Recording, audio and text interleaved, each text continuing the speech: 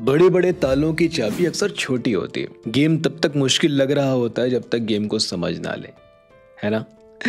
Detachment भी कुछ ऐसा ही है।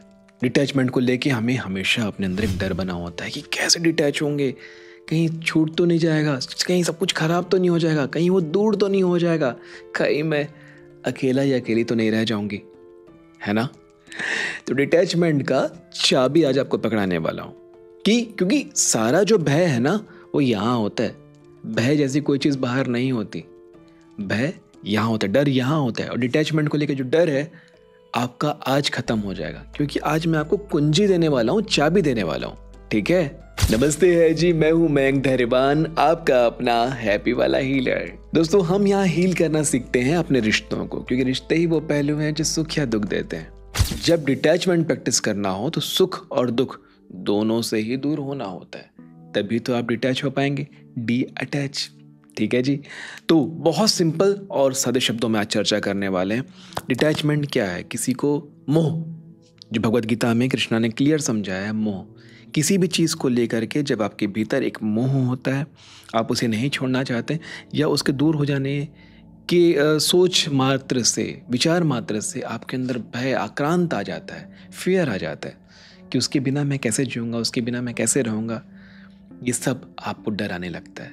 और अगर ऐसा हो भी जाए, डिटैच अगर आप होते भी हैं, कोई चीज़ दूर होती भी है, तो शुरुआती समय में आपको वो पीड़ा होती है, वो पेन होता है, नहीं होता ऐसी बात नहीं है, कुछ अलग नहीं सोच रहे हो, इंसान हो आप, डरना आपका काम है। लेकिन एक सेकंड के लिए सोच के देखो, कोई भी चीज़ जो आपके घर में, आपके आसपास है, या जो भी चीज़ आपको चाहिए थी हमेशा से, और उनमें से बहुत सारी चीज़ें आपके आसपास है, आपके जूते, आपके चप्पल, आपके कपड़े, आपका सेल फोन, बहुत सारी चीज़ें थी जो आपको चाहिए थी, जिनमें से बहुत सी चीज़ें आपके पास है। अब आपको उनसे मोह नहीं है, आपके अंदर उनको लेकर कोई अटैचमेंट नहीं है। वो कैसे आया? शुरुआत में तो था, उसको पाने से पहले भी था, उसको पाने के कुछ दिन बाद तक भी था। अब मोह नहीं है। बताए क्यों? क्योंकि अब आपका मन आश्वस्त हो चुका है कि वो चीज़ है। अब आपका मन किसी और मोह से जुड़ा हुआ है, किसी और अटैचमेंट से जुड़ा हुआ है। सोच के देखो, अगर आपके पार्टनर से आपका ब्रेकअप चल रहा है, बहुत झगड़े चल रहे हैं, आपको लग रहा है कि वो छोड़ के जा रही है, जा रहा है, या किसी और के साथ हो रहा है, या किसी और के साथ इन्वॉल्व हो चुका है या होने वाला है, ऐसा बहुत सारा डर आपके साथ फैला हुआ है और आप बहुत परेशान चल रहे हैं। और उसी समय आपके घर के किसी परिजन, माता पिता, भाई बहन, किसी की भी बहुत सीरियस तबीयत खराब हो जाती है। भगवान ना करे कभी ऐसा हो, लेकिन सोच के देखो कि उनकी तबीयत खराब हो जाती है, उनको हॉस्पिटल लेके जाना होता है, और वो जो इमरजेंसी क्रिएट होती है, उस सारी इमरजेंसी के दौरान आपका पूरा ध्यान इस जगह से हट जाता है। अब आपके लिए ज़्यादा इंपॉर्टेंट, ज़्यादा अटैचमेंट, ज़्यादा मोह कौन सा है? ये पकड़ में आ रही है ना? मतलब कि अटैचमेंट तो शिफ्ट हो गया, जब ये निपट जाएगा ना तब इसकी याद आएगी, फिर ये निपट जाएगा तो उसकी याद आएगी, वो निपट जाएगा तो उसकी याद आएगी। ऐसा ही है हमारा दिमाग। तो एक एक्सरसाइज समझते हैं। मान लेते हैं कि ये एक ऐसी चीज़ है जो आपको बहुत चाहिए थी, मुझे चाहिए था, आप में से आप कोई भी चीज़ ऐसे उठा लीजिए और उसको अपने हाथों में ऐसे थाम लीजिए, टाइट कस के पकड़ लीजिए और विचार कीजिए, दिमाग में सोचिए कि वो चीज़ है जो आपको चाहिए थी और बहुत दिल से चाहिए थी, और आप इसे थाम के रखें, पकड़ के रखें 3 minute, 4 minute, 5 minute, 6 minute, 7 minute. अब पकड़ ढीली हो चुकी है, लेकिन आप अभी भी इसे थाम के रखें। 3 से 5 मिनट में ही ये क्लियर हो जाएगा ना। 5 मिनट तक आपने इसे पकड़ के रखा और ये वो चीज़ थी जो आपको चाहिए थी बहुत ज़्यादा। बट 5 मिनट के बाद ना आपको रियलाइज होगा कि ये आपको अब नहीं चाहिए, एटलीस्ट अपने हाथों में तो नहीं चाहिए। आपके शोकेस में चलेगा, आपको आपके घर पे चलेगा, लेकिन आपको अपने हाथों में नहीं चाहिए। क्या हुआ भाई उस अटैचमेंट का? क्या हुआ उस मोह का जो आपको अभी तक फील हो रहा था? फिजिकल फॉर्म में वो मोह खत्म हो गया, क्योंकि अब आपके ब्रेन को सिग्नल मिल चुका है कि वो आपका ही है और ये कहीं नहीं जा रहा। और अगर ये आपका नहीं है तो जाने दो। खैर, ये आपके ब्रेन को सिग्नल नहीं मिला, लेकिन ये रियलिटी है ना। कोई अगर जा रहा है तो जाने ही दो।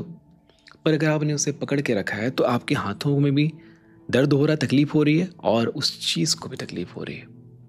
और अब आपका फिजिकल अटैचमेंट उससे खत्म हो गया क्योंकि 5 मिनट तक आपने थामा। अब इसे ही हम अपने लव पार्टनर के साथ करके देखते हैं। अब इसे लव इंटरेस्ट के साथ ट्राई करते हैं। ठीक है, एक तकिया लो, एक मोटा सा तकिया लो, जो गोल वाला तकिया होता है ना, वो तकिया लो, और या एक टेडी बियर लो और उसे गले से लगाओ। इमेजिन करो कि ये आपका वो पार्टनर है, ये आपका लव इंटरेस्ट है, जिसको लेकर के आप बहुत अटैच हो रखे हो, बहुत ज़्यादा आपके अंदर उसको लेकर के मोह है, कहीं चला ना जाए, कहीं ये ना हो जाए, कहीं वो ना हो जाए। उसे पकड़ के रखो, वही 3 से 5 मिनट। और आप बहुत टाइम तक ये पकड़ने के बाद उसके साथ वो सारे इमोशंस फील करके देखो कि हाँ वो आपका है, वो आपके साथ है, आपको ये लग रहा है, वो लग रहा है, आप उसके साथ ये कर रहे हैं, वो कर, सब पकड़ के रखो। थोड़ी देर बाद आप रियलाइज करोगे कि फिजिकल अटैचमेंट खत्म हो रहा है, खत्म हो गया है। देखो, मन तो अभी भी जुड़ा हुआ है ना, प्रेम। अब अटैचमेंट खत्म हो जाएगा, अब मोह खत्म हो जाएगा, अब रह जाएगा प्रेम। जैसे आपके घर के बाकी सदस्यों के साथ आपका है, बाकी चीज़ों के साथ आपका है, हर चीज़ों से आपका प्रेम है ना, तभी तो उसे क्लीन कर रहे हो, साफ कर रहे हो, रख रहे हो, संभाल रहे हो, प्रेम है। लेकिन अटैचमेंट, जो मोह है, वो बड़ा खतरनाक हो जाता है। और इस वजह से ही आप अपने पार्टनर के साथ और उन लोगों के साथ वैसा बर्ताव कर देते हो जैसा कि वो बिल्कुल नहीं चाहते। इनफैक्ट आप खुद नहीं चाहते उनके साथ ऐसा बर्ताव करना, और आप ये भी नहीं चाहते कि कोई आपके साथ वैसा बर्ताव करे, और इसलिए रिश्ते बहुत ज़्यादा खराब होते हैं। तो डिटैचमेंट का ये प्रैक्टिस आप अपनाइए, इसे करिए। इस प्रैक्टिस को दिन में 2 या 3 बार करिएगा और 4-5 दिन तक इसे रेगुलर करना। और उतना समय नहीं लगेगा, बस आपके ब्रेन को ये समझाना है, उस पैटर्न को समझाना है कि कैसे अटैच होता है वो और कैसे डिटैच हो सकता है वो। क्लियर है? तो ठीक है यार, हो गया, क्या कर सकते हैं, जीवन है, प्रेम होता है, लोगों से हम मोह से जुड़ जाते हैं। ये मोह के धागे तेरी उंगलियों से जा उलझे होता है। तो 100 बात की एक बात, खुद को माफ़ करना बहुत ज़रूरी है, और रोज़ रात तो खुद को माफ़ करके सोया करो। ठीक है, अगर आपका अहंकार इतना है कि माफ़ी मांग के सोने की इच्छा नहीं है परमात्मा से या लोगों से या दुनिया से, तो खुद को कम से कम माफ़ कर दो। ये बोलो अपना नाम लेके कि मैं तुमसे बहुत प्यार करता हूँ और मैं तुम्हें माफ़ करता हूँ हर उन गलतियों के लिए जो तुम्हें या मुझे लगती है कि हमने की है। ठीक है जी, इससे सुकून की नींद सो पाओगे और डिअटैच हो जाओगे हर चीज़ से। और अगर आपने क्षमादान प्रार्थना किया, माफ़ी मांग के सोया, तब तो फिर आप इस संसार के महज 5-7% लोगों में से एक हो जाओगे, क्योंकि अच्छे अच्छे लोग ये नहीं कर रहे हैं, और अच्छे अच्छे लोग भी बिना माफ़ी मांगे यूं ही सो जा रहे हैं और कल अपने आज को लेकर उठ रहे हैं। कितना बोझ नहीं बढ़ जाता है ना? आशा करता हूं ये अध्याय भी आपको बहुत अच्छे से समझ में आया होगा। मिलते हैं आने वाले अध्यायों में, तब तक के लिए नमस्ते है जी।